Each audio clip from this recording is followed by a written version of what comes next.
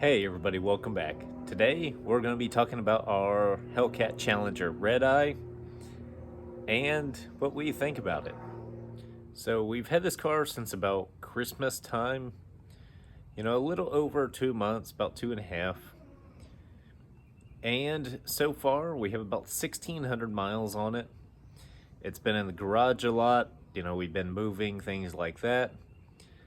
But overall, I really can't even complain about this car at all.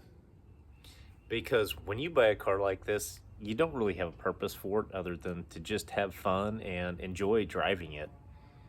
It's a high horsepower muscle car. You aren't commuting with it, you aren't, trying to haul lumber, stupid things like that.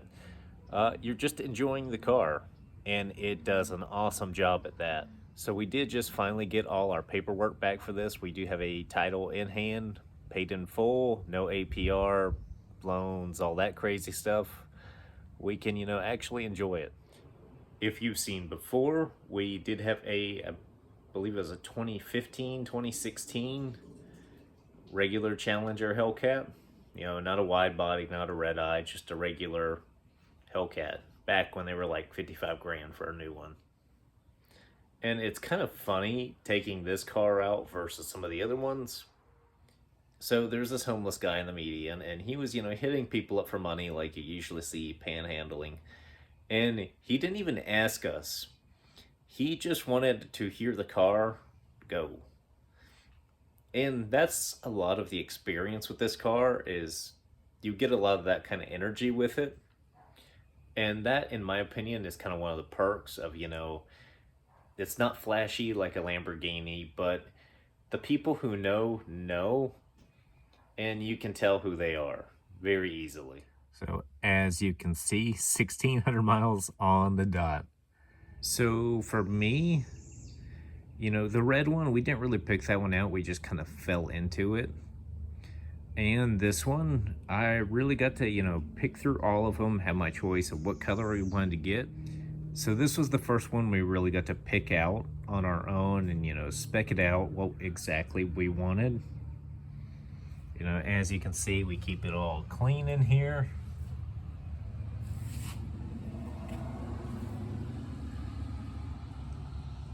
This is probably our only car that gets detailed regularly.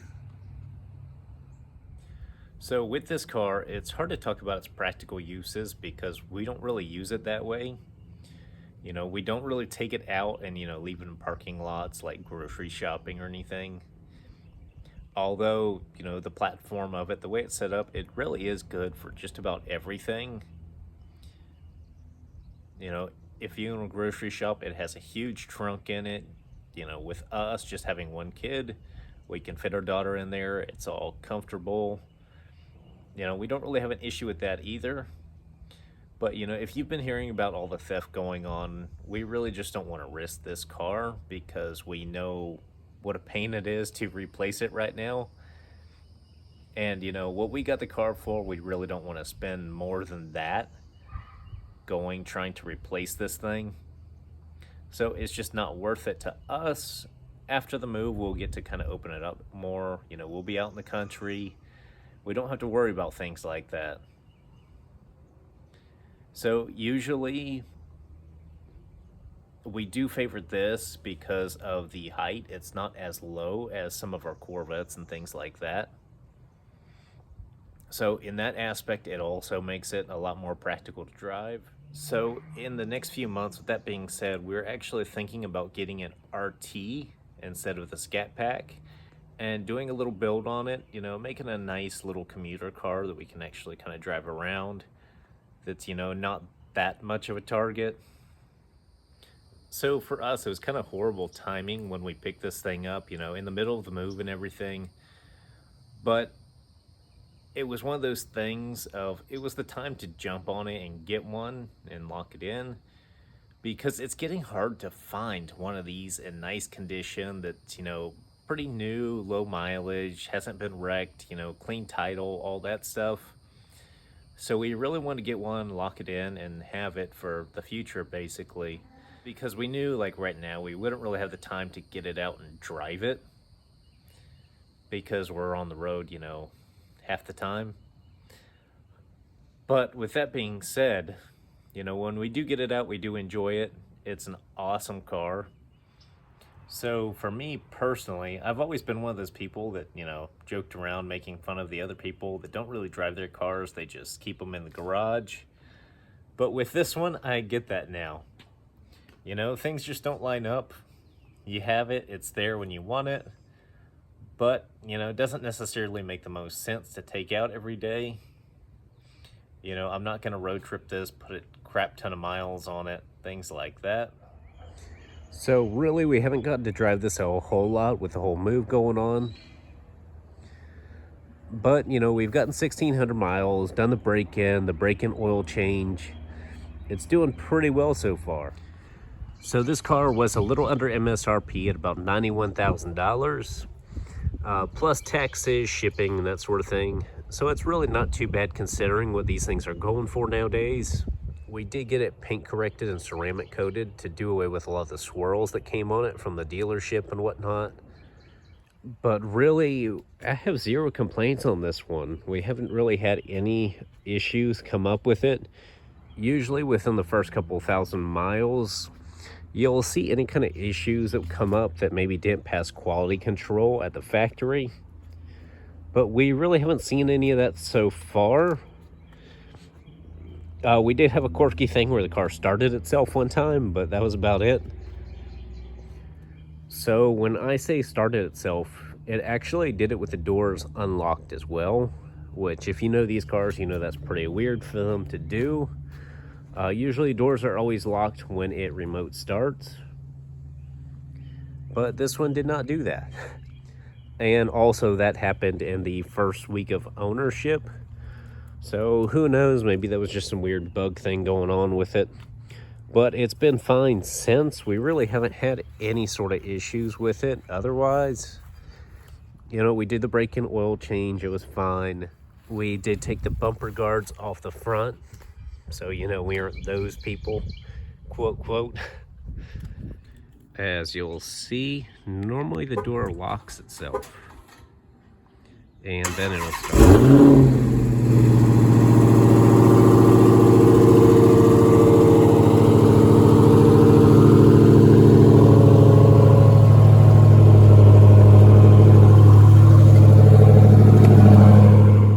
Driven it a little bit, but mostly it just kind of sits here, during the move and everything. We pretty much only started up lately for workers that want to see it, hear it, whatnot, because we are trying to get the house done so we can sell it and move on. To put it in perspective, the top speed on it right now is 82 miles an hour. That's the fastest we've been in here. So that's pretty much what it's been like so far. Granted, I could tell our experiences on our other Hellcats, but this one's kind of unique in itself. It shares a lot of similarities, but it's completely different at the same time.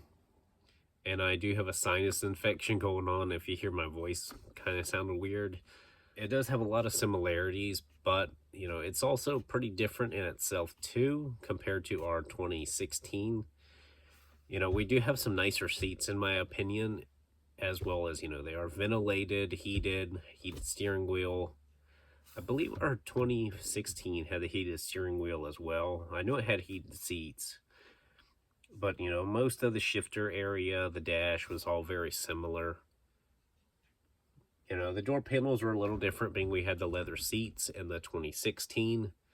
There's a few slight differences, but it's mostly pretty similar.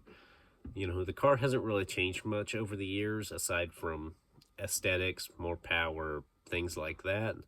And really, the only reason we didn't keep our 2016 was because we wanted something a little more unique to us.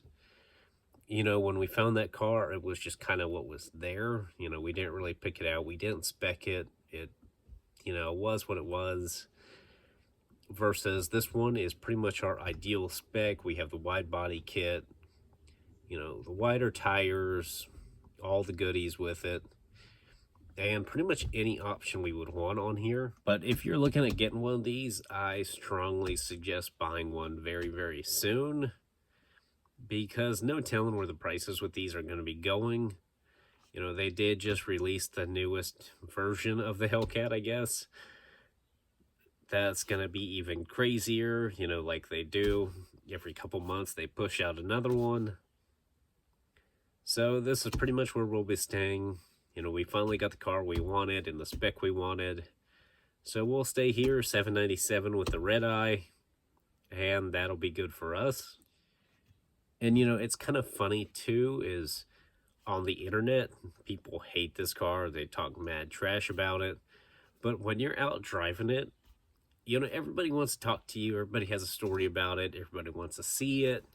You know, they want you to start it up for them so they can experience it. It's kind of a interesting experience of ownership in itself. You know, and it's wild to think about. For the money for one of these, you could have a, you know, nicer Gallardo, uh, cheaper Ferrari, Californias, things like that. You know, the lower end supercars, or you can have this. And I feel like this is a better buy. You know, a little less flashy in a way, but also not. You know, I don't know if anybody out there has driven Lamborghinis before, Gallardos, Huracans, things like that. But this is a lot more practical car in pretty much every way. You know, you don't have to worry about nose lifts, you know, lifting up for speed bumps, things like that. This isn't really low enough for all that. You know, you can just go over normal speed bumps. You can leave it, you know, in parking lots for the most part. The biggest thing with this versus one of those kind of cars is you have to worry about this one getting stolen a lot more. So that's really why we haven't driven this much around here.